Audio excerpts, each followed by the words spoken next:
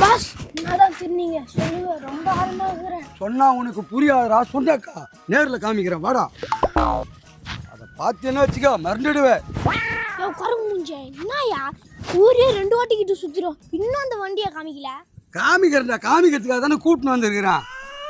நான் உன்னை ஊர் சுற்றி காமிக்கிறதுக்காக கூட்டின்னு வந்துக்கிறேன். அதோ பாரு, அங்கே பாரு, என்ன இங்கே தலையாட்டிங்கிற, கிட்ட போய் பார்த்தா தானே தெரியும். வாடா.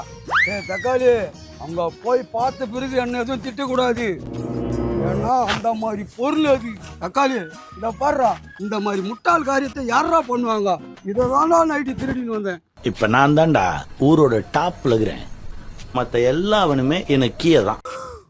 இதுவா என்னடா இது, இதை பார்த்துட்டு இவ்வளோ ரியாக்ஷன் பண்றான். தக்காளி அப்படி என்னடா இருக்குது இதுல? யோ நல்லா பாரு. யோ இனி நீதான் என் கோடீஸ்வரன், வாய உன்னை இட்டு போறேன். வாயா. என்னடா இப்படி பயமுறுத்துற? நான் திருடும் போது கூட பயப்படலடா. தல என்ன நீ முட்டல் மாதிரி பேசினுங்கற? நம்ம இப்ப கோடீஸ்வரன் ஆக போறோம்னா தங்க வைரம் மட்டும் ரேட் அதிகம் பாக்குறியா?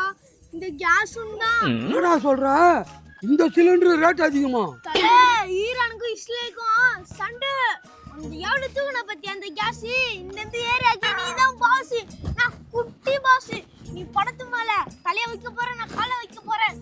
ஓடிலே நம்ம பொறல போறோம். இந்த விஷயம் எனக்கு தெரியாத போச்சாடா.